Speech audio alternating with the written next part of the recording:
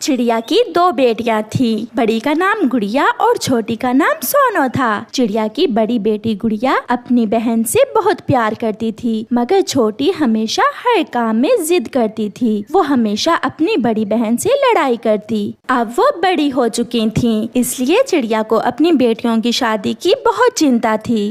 तीनों माँ बेटियाँ एक दिन नदी पर बैठी हुई थीं, जब वहाँ गौरी कौवी आ जाती है। चिड़िया, मैं दूसरे जंगल से आई हूँ। वहाँ मैंने एक चिड़ा देखा है। वो अकेला ही रहता है और बहुत अमीर है। मैं तो कहती हूँ तुम अपनी बड़ी बेटी की शादी उससे कर दो।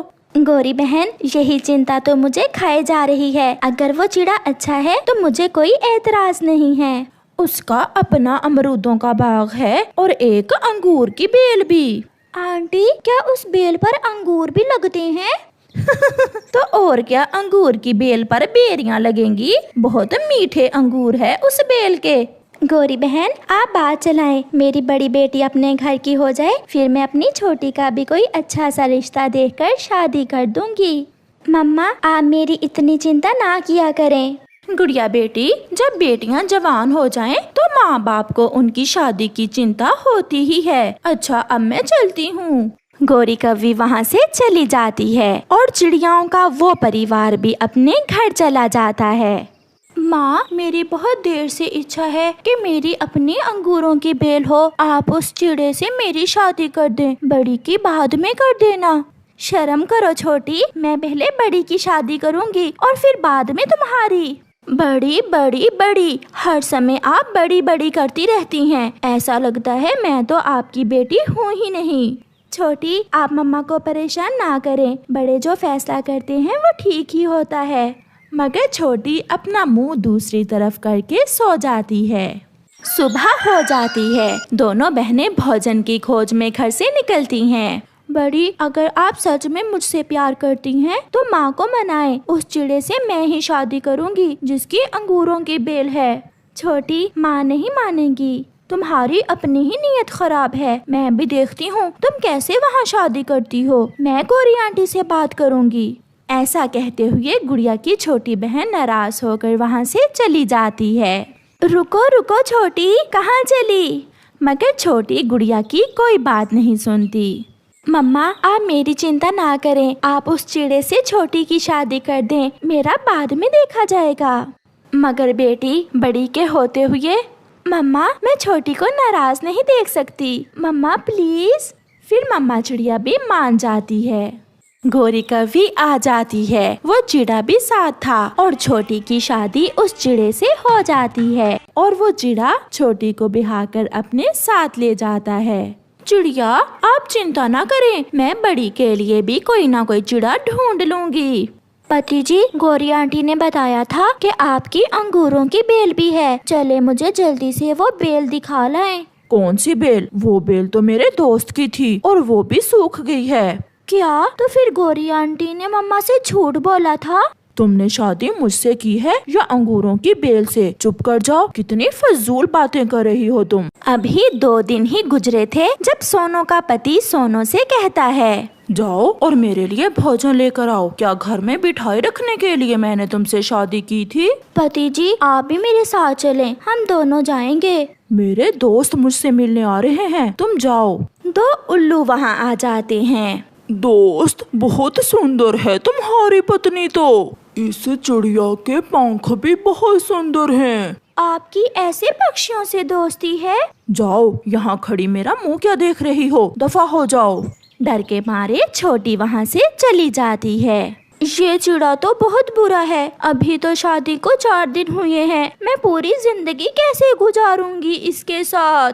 कुछ दिनों बाद मम्मा चिड़िया एक चिड़े से अपनी दूसरी बेटी की शादी भी कर देती है। वो चिड़ा उसी जंगल में रहता था।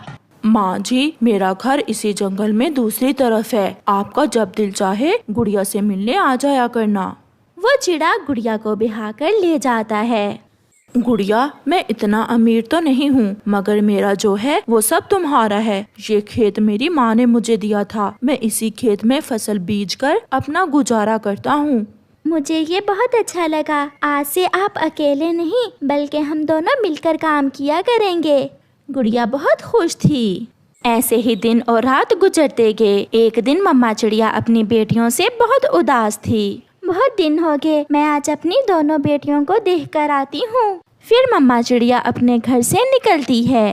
वो पहले अपनी बड़ी बेटी के पास जाती है। अपनी माँ को देखकर गुड़िया बहुत खुश थी। मम्मा, आप ऐसे अचानक बताए बिना ही। मम्मा बैठे, मैं आपके लिए फल लेकर आती हूँ। गुड़िया का पति भी घर आ जाता है। वो ढेर सारे फल लेकर आया था। गुड़िया अपनी मम्मा को फल देती है। मम्मा, मैं बहुत खुश हूँ, मेरे पति मेरा बहुत ख्याल रखते हैं। माँ जी, मैं तो कहता हूँ आप भी हमारे पास ही आ जाएं। वहाँ अकेले आपका दिल नहीं लगता होगा। जीते रहो बेटा, मैंने सारी जिंदगी उस घर में गुजारी है, अब उसे छोड़ना मुश्किल है मेरे लिए। बड़ी, अब मैं चलती हूँ, मुझे छोटी से मिलने भी जाना है। मम्मा, मेरा भी छोटी से बहुत दिल उदास है, मैं भी आपके साथ चलती हूँ। फिर गुड़िया और उसकी मम्मा वहाँ से उड़ती हैं। सोनो घर के बाहर बैठी हुई रो रही थी। क्या हुआ मेरी बच्ची, आप रो क्यों रही हो? सब ठीक तो है? अपनी माँ को देखकर सोनो अपनी माँ के गले लग जाती है। माँ, मेरे पति बहुत बुरे हैं, वो मुझे हर रोज मारते हैं। गुड़िया, गुड़िया बहन, मुझे माफ कर दे, मैंने आपसे बहुत लड़ाई की थी। छोटी, ये नसीब की बात है, मेरे पति बहुत अच्छे हैं, वो मेरा बहुत ख्याल रखते हैं। मम्मा, वो सारा दिन अपने दोस्तों के साथ आवारा फिरते हैं और शाम को आकर मुझे मारने लगते हैं। चलो मेरे साथ चलो मेरी बेटी, आपकी माँ अभी जिंदा है। फिर गुड़िया और उसकी मम्मा सोनो को अपने साथ ले जाती है, क्योंकि एक माँ अपनी बेटी को दुखी कैसे देख सकती है। फ्रॉड या कालू कौवा किसी न किसी तरह कुछ ले देकर मिट्ठू राजा के यहाँ संतरी लग जाता है। अब तो कालू कौवे की ठाट बाट ही अलग थी। वो तो अकड़ अकड़ कर उड़ता। कालू, ध्यान रखना, मेरे जंगल में किसी भी गरीब पक्षी पर जुल्म न करना, और अगर कोई किसी को तंग करे तो मुझे जरूर बताना। मैं अपने जंगल के सभी पक्षियों को खुश देखना चाहता हूँ। राजा जी, आप चिंता न करें, अब आ गया है ना कालू कौवा। मैं कोई साधारण कौवा नहीं हूँ, मैं पक्षियों का बहुत ध्यान रखूंगा, और अगर कोई किसी को तंग करेगा तो तुरंत आपको आकर बताऊंगा। मगर कालू कौवा तो बहुत गंदा पक्षी था, और उसकी पत्नी गोरी कौवी तो उससे भी 2 हाथ आगे थी। कालू, ऐसे किसी को कैसे पता चलेगा कि मेरा पति राजा जी के यहाँ संतरी लग गया है? चलो किसी कमजोर पक्षी को देखकर डराते हैं। चलो गोरी, आज मैं तुम्हें चाचा कबूतर की दुकान से फ्री में मिठाई खिलाता हूँ। फिर गोरी कौवी और कालू कौवा चाचा कबूतर की दुकान की तरफ जाते हैं। ओए कबूतर, जल्दी से मुझे गरम गरम गुलाब जामुन दो। तुम्हारे पास इतने पैसे भी हैं जो गुलाब जामुन खाओगे। चाचा कबूतर, शायद तुम जानते नहीं हो, मेरे कालू जी राजा जी के यहाँ संतरी लग गए हैं। सीधे से गुलाब जामुन दो, वरना अभी तुम्हारी ये दुकान मैं यहाँ से उठवा दूंगा। बड़े देखे हैं मैंने तुम्हारे जैसे संतरी। चल भाग यहाँ से, बड़ा आया फ्री में गुलाब जामुन खाने वाला। कालू कौवा जान जाता है कि अब चाचा कबूतर के यहाँ उसकी दाल नहीं गलने वाली, इसलिए वो गोरी कौवी से कहता है, चलो गोरी, इसे तो मैं बाद में देख लूंगा। फिर कौवा और कौवी वहाँ से चले जाते हैं।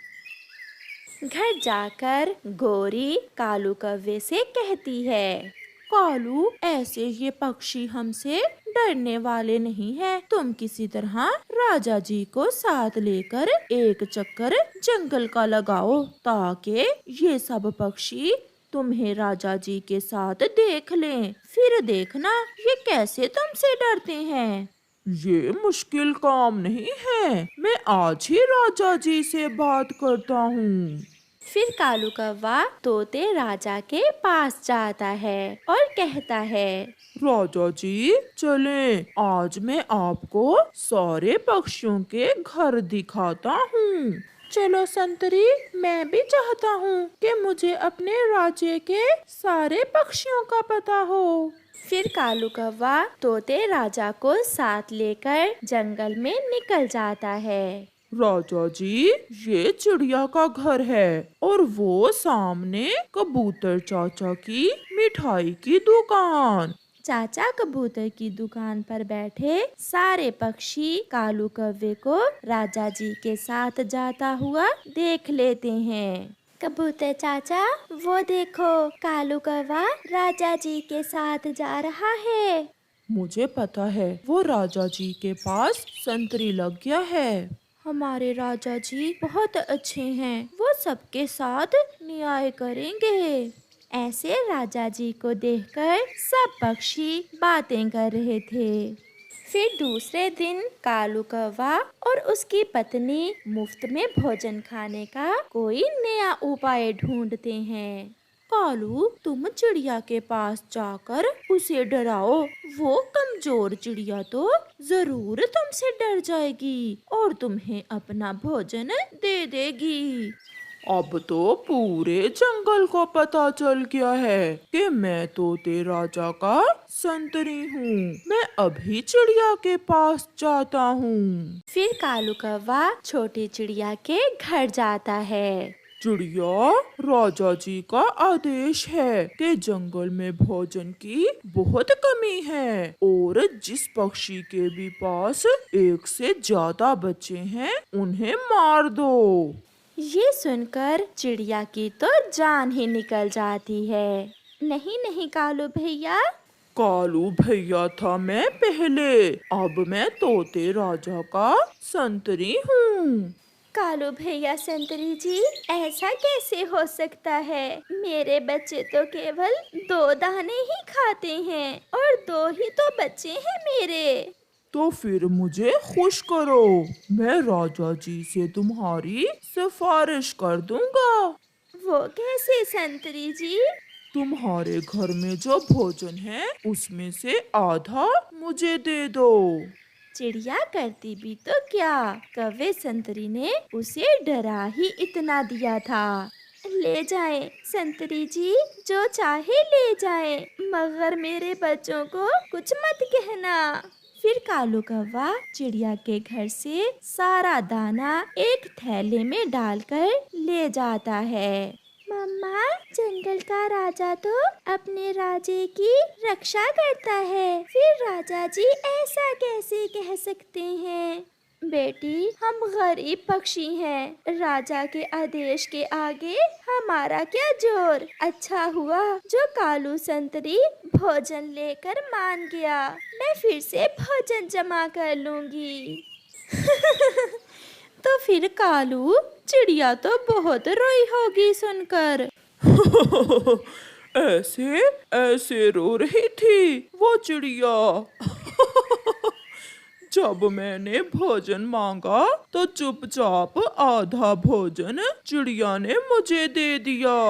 अब तो हमें किसी और के पास जाने की जरूरत ही नहीं है, हम हर रोज चिड़िया से ही भोजन लेकर खा लिया करेंगे।